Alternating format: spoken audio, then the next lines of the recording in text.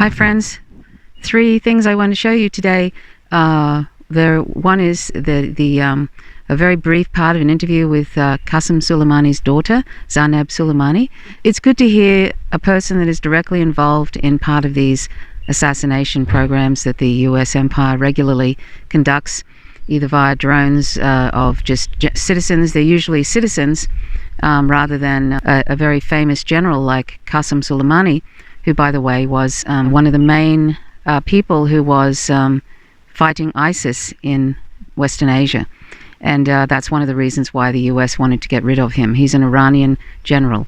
He was killed by a drone assassination in Baghdad at the airport on January 3rd, 2020. And so his daughter, Zainab Soleimani, talks about how she felt about that and also what she thinks about US empire.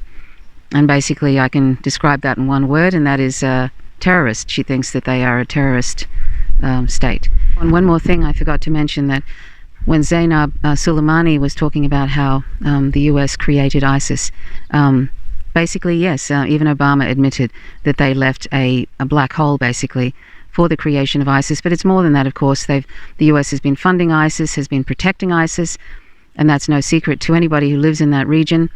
And also the US created the Mujahideen, which was in Afghanistan. They actually funded them, gave them support, and that turned into, the quote-unquote moderate rebels. All these different things were started. This ISIS and Al-Qaeda were all started via the Mujahideen, and also the constant intervention and meddling in those countries.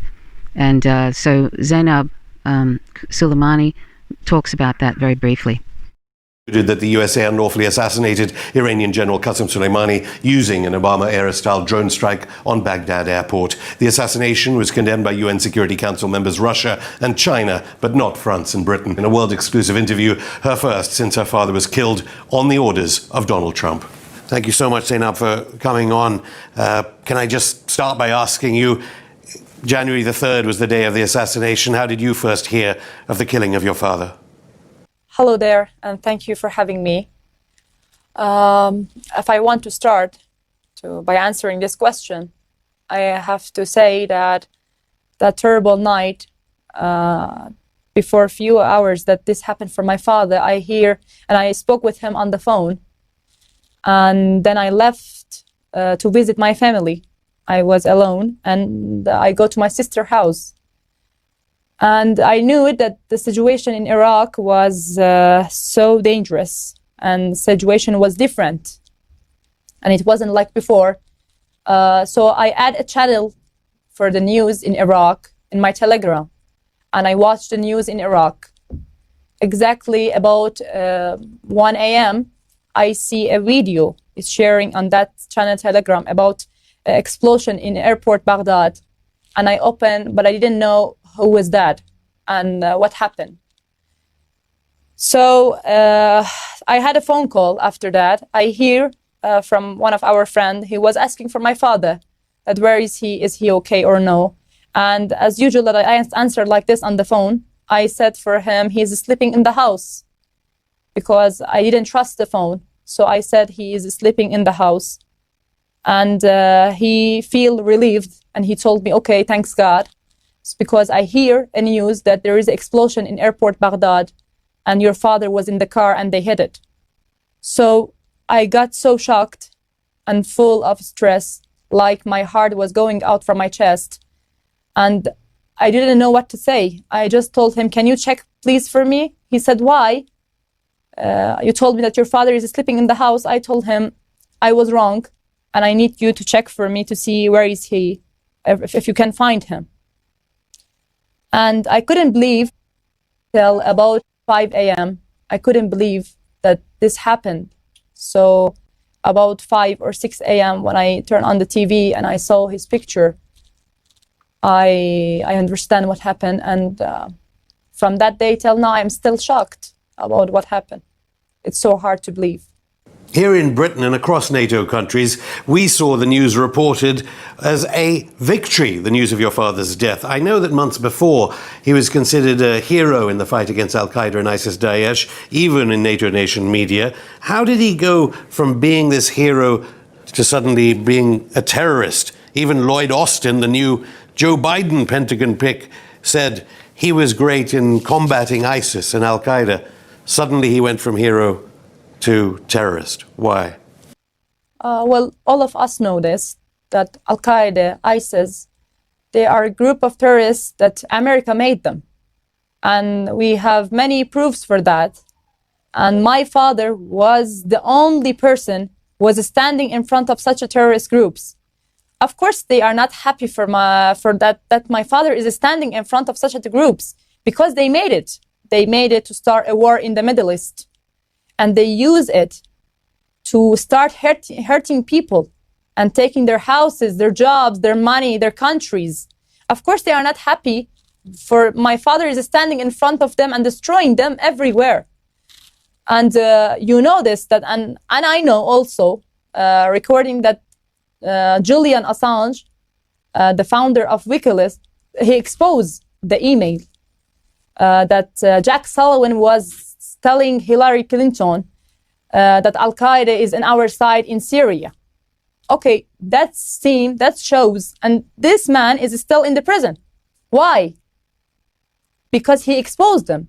And he said for everyone that such a group terrorists that are killing people, innocent people in the Middle East, America made them.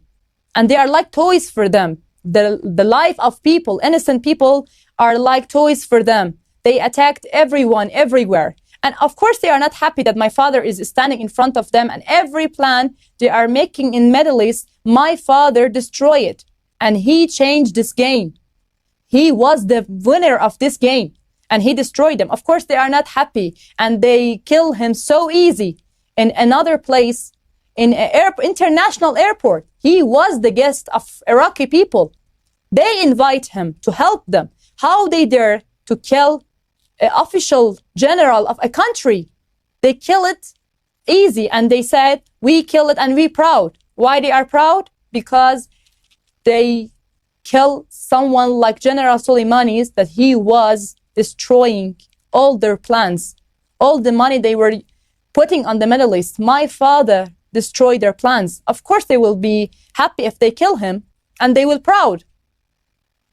And you know, of course, they will say he was a terrorist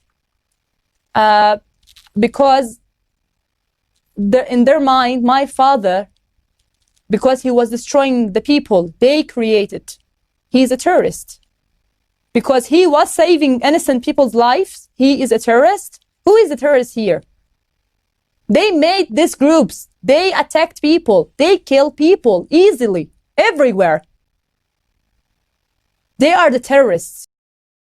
There's also a short, which I think is a very interesting explanation by Dan Glass about the bogus definition of anti-Semitism in the UK, and how that is really, unfortunately catching on and vilifying anybody who speaks out about Palestinian rights. He's part of the Palestinian Solidarity Network in London.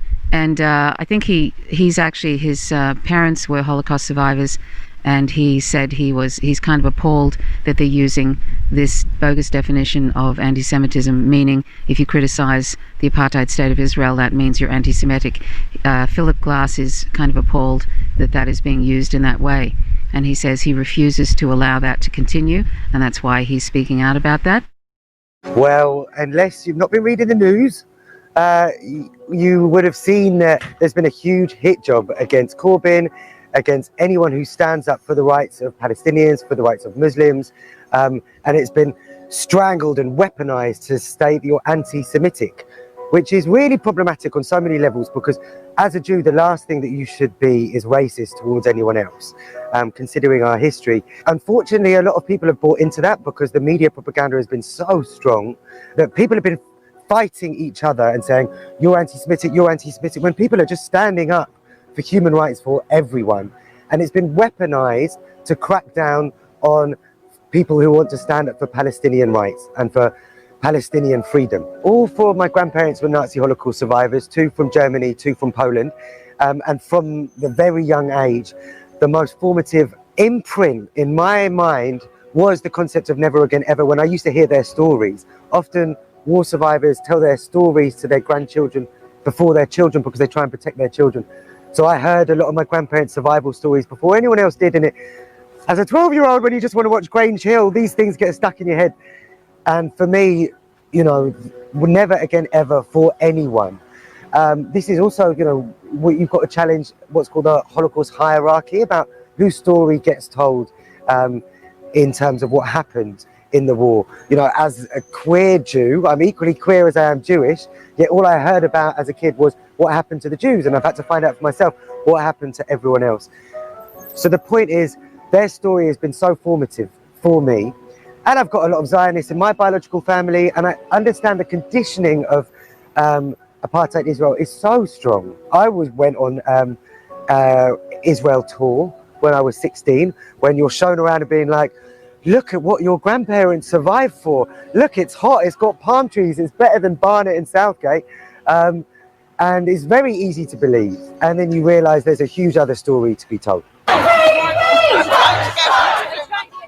BDS stands for Boycott, Divestment and Sanctions.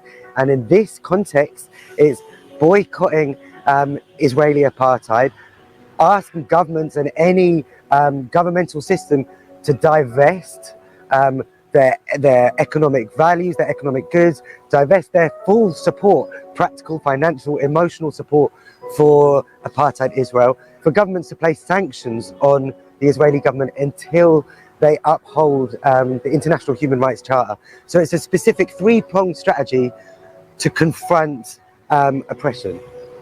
The Israeli government take the BDS movement extremely seriously because it's a very effective tool to challenge the apartheid regime. As we can see in developments across Europe, across the world, like for the example with Rias in Germany, where they conflate anti-Semitism with standing up for human rights, like what we talked about in the film, when if anyone seemed to be even mentioning BDS, mentioning Palestine, that seemed to automatically be anti-Semitic, which is outrageous. Because by standing up for Palestine, you're standing up for human rights, you're standing up against racism, which is exactly what the Jewish people, the Jewish community should be about. Today, I'm investigating this really interesting organisation called RIAS.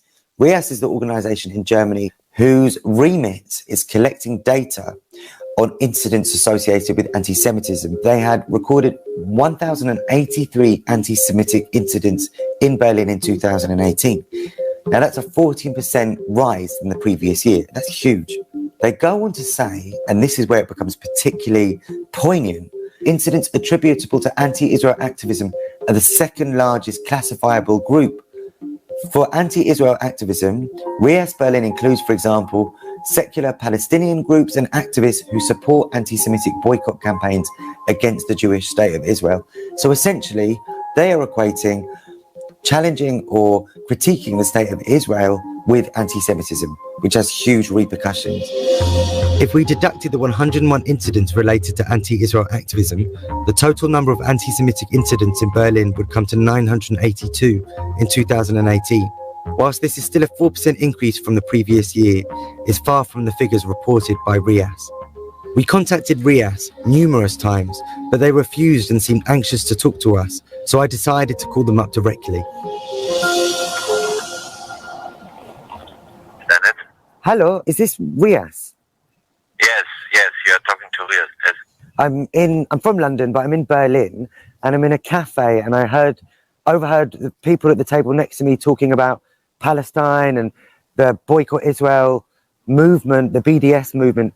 Is that an anti-Semitic incident? We consider the public call for boycotting Israel as an anti-Semitic statement. I mean, if you could hear it very well, yeah, then it is something that we have to consider to be like a public talk. Report to us is definitely something we will consider and examine very well. Thank you. You have a good day. I'll do that as soon as possible. Wow.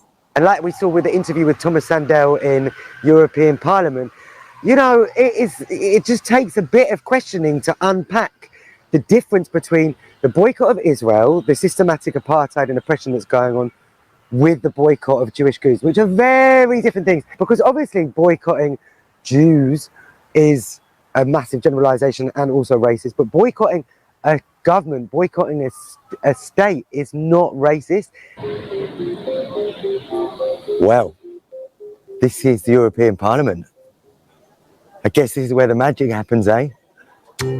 Thomas Sandel is the director of the European Coalition for Israel, a Judeo-Christian lobby that works to deepen relations between Europe and Israel.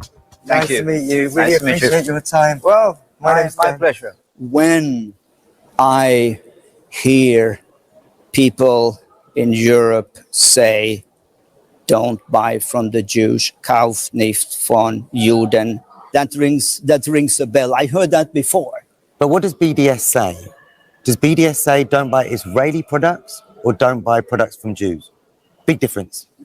They say, let's boycott goods from the only Jewish state in the world today. It has a name, Israel.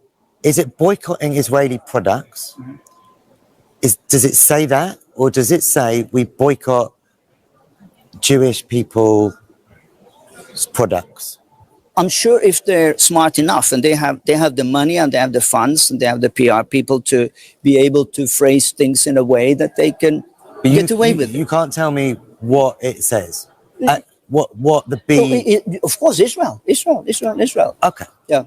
That's very different. And it's good to get that clarity. Yeah. When people say that I'm the wrong kind of Jew, they obviously don't know their Jewish values, because the Jewish value of Tikkun Olam, which I learn every week in Hebrew school when I was a kid, means heal the world, means love and compassion and justice for everyone on the planet. So they've got it completely wrong. They don't know what they're talking about. And they can say that all they like. When you stand by the principles of Tikkun Olam, that'll take you far and beyond the pathetic comments by people who just want to maintain a colonial regime. So as a Jew, as a grandchild of 4 Nazi Holocaust survivors, as someone who is a product of migration, who's a product of oppression, you have to stand up for the fundamental human rights for everyone. And the last thing I'm ever going to let happen is my grandparents' story and what they went through be weaponized to oppress other people. None of us are free until Palestine is free. And what they went through, what everyone went through in the Nazi Holocaust, our story can never be laid to rest until Palestine is free. Here's a short clip by Going Underground with Ashvin Rattansi. I hope you can hear me okay, because the wind's starting to pick up. Living on an island, that's what can happen sometimes. Ashvin Rattansi went to Syria to interview President Assad of Syria, and Assad was talking about, firstly, you've probably heard of this already, but I thought I'd include it, the stealing of $30 million worth of oil every month, which has been going on for a long time. Donald Trump, as you might remember, actually came out and said it out loud that they were taking Syria's oil, basically. So $30 million a month, and Ashvin Rattansi asks him why he doesn't seem more angry about this. And Assad also goes on to say that the US cannot seem to accept that it is a multipolar world, and that basically implying that, you know, it is a declining power, and that it doesn't seem to be able to realize that it is a multipolar world, or doesn't want to accept it. So that's an interesting little segment that's only about 5 minutes long. Story that the Russians are saying that the USA is stealing $30 million of oil a month from northern Syria. Is this a Trump bargaining chip in the Geneva talks? Why would a net oil exporter like the USA be interested in $30 million of oil a month? No, since ISIS started smuggling Syrian oil and looting Syrian oil in 2014, they had 2 partners, Erdogan and his coterie, and the American, whether CIA or others. So what Trump did is just announced the truth. He's not talking about something new. Even when some of the Kurds started looting the Syrian oil, the American were their partners. So it's about money and it's about oil. And that's what Trump said recently, but it's not new at all. It's not related to the talks at all. But arguably, why are you not more angry? Because obviously that would be a violation of the 4th Geneva Convention on pillaging of a country's resources? Of course we are angry. Every Syrian is angry, definitely. This is looting, but there's no international order, actually, and there's no international law. But this is not new, to be frank, not only during the war. The Americans always try to loot other countries in different way, regarding their not only oil or money or financial resources. They loot their rights, political rights, every other right. That's their historical role, at least after World War II.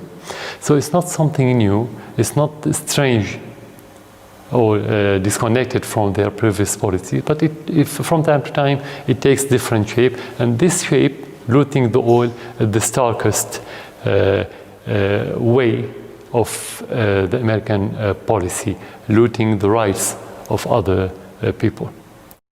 Don't forget that there's a war between United States and the rest of the world. You have now, we're talking about tectonic shifting and earthquakes, because the world order after World War II has been expired, especially after the collapse of the Soviet Union and one polar world.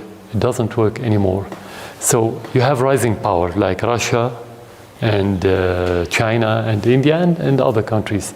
The United States doesn't accept any partner in leading the world, even UK, even France, even other big country. I wouldn't call them great power, because this is another meaning. They're not great anymore. They don't accept partners.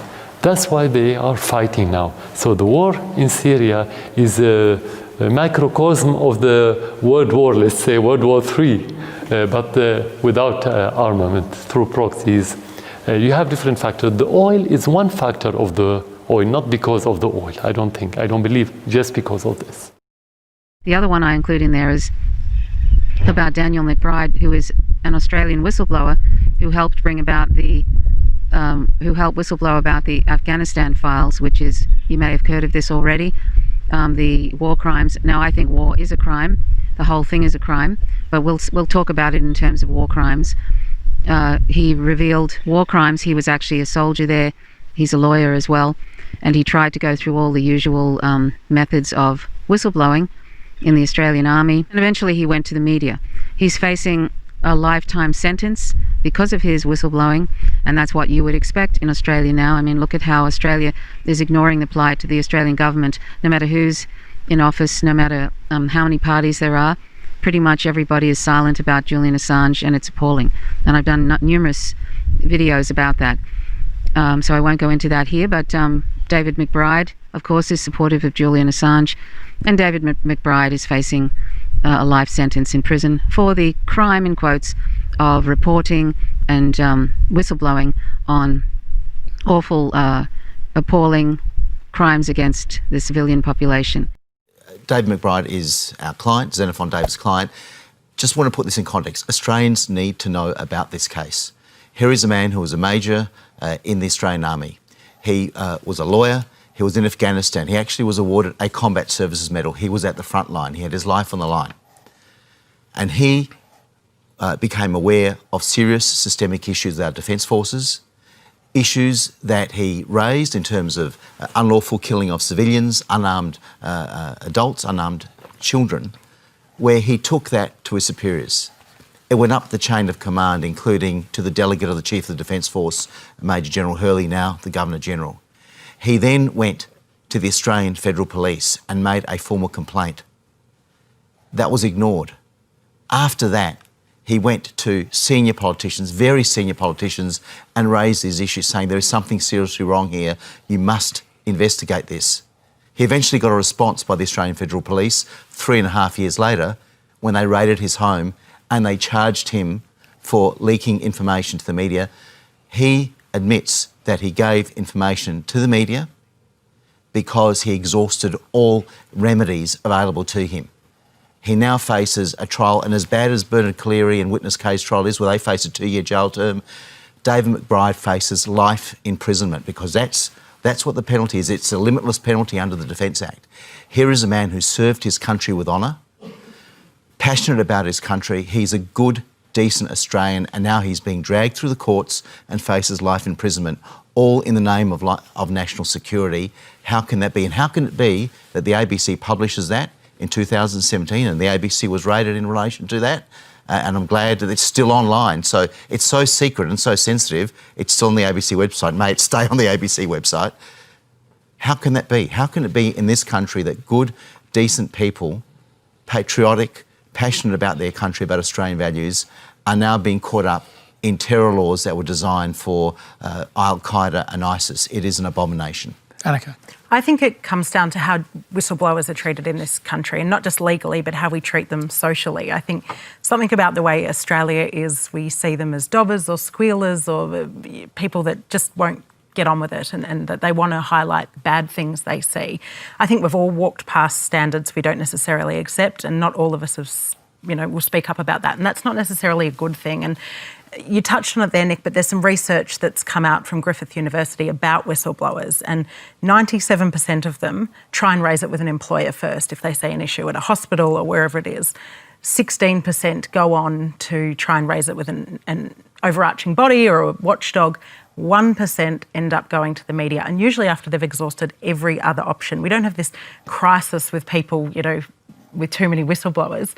We don't have enough people speaking up because the way we treat them. In other countries, some countries reward them with financial, sort of grants if they speak up. Yeah, the way we treat whistleblowers in this country is appalling, and press freedom in this country will not be, even if they enshrine things and shield laws, it will never be right until we have the same protections for people that speak up and whistleblow.